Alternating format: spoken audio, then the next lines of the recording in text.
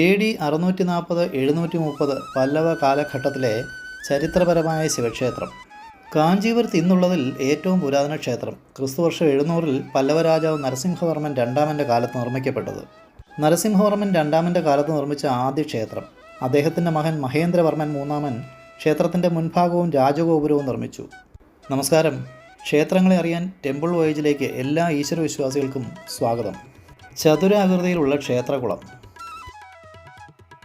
തമിഴ്നാടിൻ്റെ വടക്ക് ഭാഗങ്ങളും ആന്ധ്ര, കർണാടക സംസ്ഥാനങ്ങളുടെ തെക്ക് ഭാഗങ്ങളും ചേർത്ത് തങ്ങളുടെ രാജ്യം വികസിപ്പിച്ച ശേഷം പല്ലവർ കാഞ്ചീപുരം പല്ലവ രാജ്യത്തിൻ്റെ തലസ്ഥാന നഗരമാക്കി.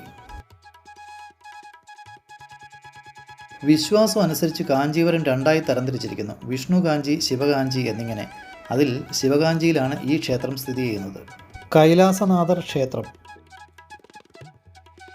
വിഷ്ണു കാഞ്ചിയിൽ വൈകുണ്ഠ പെരുമാൾ ക്ഷേത്രം ഇന്ത്യയിലെ 7 ഹൈന്ദവ പുണ്യനഗരങ്ങളിൽ ഒന്ന്. കാഞ്ചീപുരം പാർട്ട് 1 വീഡിയോയിൽ വൈകുണ്ഠ പെരുമാൾ ക്ഷേത്രത്തെപ്പറ്റി വീഡിയോ അടങ്ങിയിരിക്കുന്നു.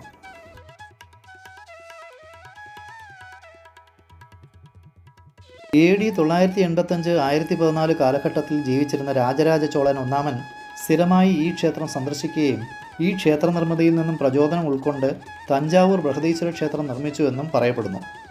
ചതുരാകൃതിയിലുള്ള ക്ഷേത്രം. മുഖമണ്ഡപവും മഹാമണ്ഡപവും ഗർഭഗൃഹവും 4 നിലകളിൽ രാജഗോപുരവുമുള്ള ക്ഷേത്രം. പ്രധാന ശ്രീകോവിലിന് ചുറ്റും 9 ഉപക്ഷേത്രങ്ങൾ. 7 ഉപക്ഷേത്രങ്ങൾ പുറത്ത്, 2 ഉപക്ഷേത്രങ്ങൾ പ്രധാന ശ്രീകോവിലിൻ്റെ പ്രവേശന കവാടത്തിനടുത്ത്. എല്ലാം ശിവൻ്റെ വ്യത്യസ്ത രൂപങ്ങൾ. നിർമ്മിച്ച കാലത്ത് ക്ഷേത്രം പുറമതിലിന് വെളിയിൽ 4 വശങ്ങളും വെള്ളത്താൽ ചുറ്റപ്പെട്ടതായിരുന്നു എന്ന് പറയപ്പെടുന്നു. അജന്ത ഗുഹകളിലെയും കാഞ്ചീപുരത്തെ വൈകുണ്ഠ പെരുമാൾ ക്ഷേത്രങ്ങളിലെയും നിർമ്മാണ രീതികളുമായി സാമ്യമുള്ള നിർമ്മാണം. ശ്രീകോവിലിനെ ചുറ്റി 58 ദേവതകളെ 58 ഉപക്ഷേത്രങ്ങളിൽ പ്രതിഷ്ഠിച്ചിരിക്കുന്നു. എല്ലാ മൂലകളിലും വിവിധ ദിശയിൽ സിംഹരൂപ സ്തംഭങ്ങൾ. പ്രധാന ശ്രീകോവിലിൻ്റെ പ്രധാന പീഠത്തിൽ 16 വശങ്ങളുള്ള ശിവലിംഗമുണ്ട്. തെക്ക് അഭിമുഖമായി ഉമാമഹേശ്വരനെയും ലിംഗോത്ഭവനെയും ബ്രഹ്മാവിനെയും വിഷ്ണുവിനെയും കാണാം. പടിഞ്ഞാറ് അഭിമുഖമായി സന്ധ്യാതാണ്ഡവമൂർത്തിയും ഉദ്ധവതാണ്ഡവമൂർത്തിയും, രണ്ടും ശിവരൂപം. ഭൈരവി, കൗശികി, ജ്യേഷ്ഠ എന്നീ 3 ഗണങ്ങളാൽ ചുറ്റപ്പെട്ട ത്രിപുരാന്തകനെയും ഇവിടെ കാണാം. രാജഗോപുരത്തിൻ്റെ പുറംഭാഗത്ത് ഭിക്ഷാടനം, സോമസ്കന്ധം, സംഹാരതാണ്ഡവം എന്നീ രൂപങ്ങളിൽ ശിവപ്രതിഷ്ഠകൾ കാണാം.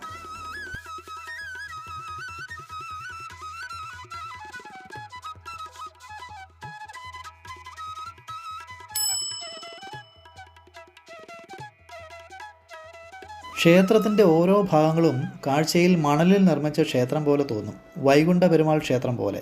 യഥാർത്ഥ കല്ലിൽ നിർമ്മിച്ച ക്ഷേത്രഭാഗങ്ങൾ വളരെ കുറവാണ്.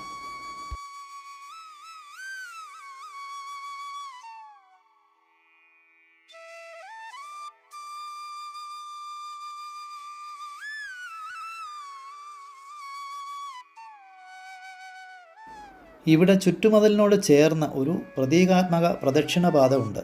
കീഴ്വഴക്കം അനുസരിച്ച് ഭക്തർ ഇഴഞ്ഞു വേണം ഇവിടെ ദർശനം നടത്താൻ. ഇങ്ങനെ ദർശനം നടത്തിയാൽ പുനർജന്മം പൂർത്തിയാക്കി മോക്ഷം ലഭിക്കും എന്നാണ് വിശ്വാസം.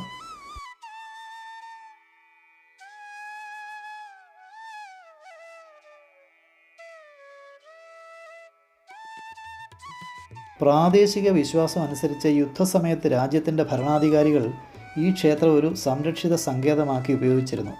രക്ഷപ്പെടാനായി നിർമ്മിച്ച രഹസ്യ തുരങ്കങ്ങൾ ഇന്നും ഇവിടെ നിലവിലുണ്ട്. സന്ദർശകർക്ക് പ്രവേശനാനുമതിയില്ല.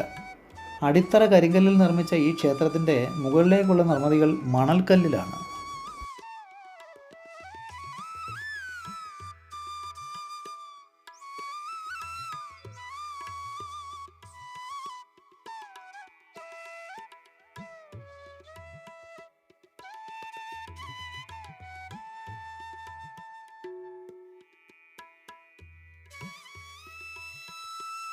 ഏഴാം നൂറ്റാണ്ടിൻ്റെ അവസാനം 8ാം നൂറ്റാണ്ടിൻ്റെ ആരംഭം തമിഴ് പാരമ്പര്യത്തിലെ ഹൈന്ദവ കലകളുടെ സങ്കീർണമായ കൊത്തുപണികളാൽ ശ്രദ്ധേയമാണ് ഈ ക്ഷേത്രം. പ്രധാനമായും ശൈവമതവുമായി ബന്ധപ്പെട്ട ഈ ക്ഷേത്രം വൈഷ്ണവം, ശക്തി, വൈദിക ദേവതകൾ എന്നീ പ്രതിഷ്ഠകളാൽ ശ്രദ്ധേയമായിരിക്കുന്നു. പ്രാദേശിക ചരിത്രവും തമിഴ് ക്ഷേത്ര പാരമ്പര്യങ്ങളെ പറ്റിയുമുള്ള ലിഖിതങ്ങൾ ക്ഷേത്ര ചുവരുകളിൽ നമുക്ക് കാണാം. പല്ലവ രാജാവായ ക്ഷേത്രം നിർമ്മിച്ച നരസിംഹവർമ്മൻ ശൈവമതത്തിലുള്ള തൻ്റെ വിശ്വാസം 28 ശൈവ സന്യാസിമാർ രേഖപ്പെടുത്തിയ ആദ്യകാല ശിലാശാസനങ്ങളിലൂടെ ഈ ക്ഷേത്രങ്ങളിലെ കൽത്തൂണുകളിൽ വിവരിച്ചിരിക്കുന്നു. ക്ഷേത്ര മതിൽക്കെട്ടിനകത്തുള്ള ഒരേ ഒരു കൂവളം. കൂവളത്തിൻ്റെ ഇലകൾ പൂജയ്ക്കായി ഈ ക്ഷേത്രത്തിലും ഉപയോഗിക്കുന്നു. പഴമയുടെ സുരക്ഷിതത്വത്തിനായി നിലവിൽ ആർക്കിയോളജിക്കൽ സർവേ ഓഫ് ഇന്ത്യയുടെ നിയന്ത്രണത്തിലാണ് ഈ ക്ഷേത്രം.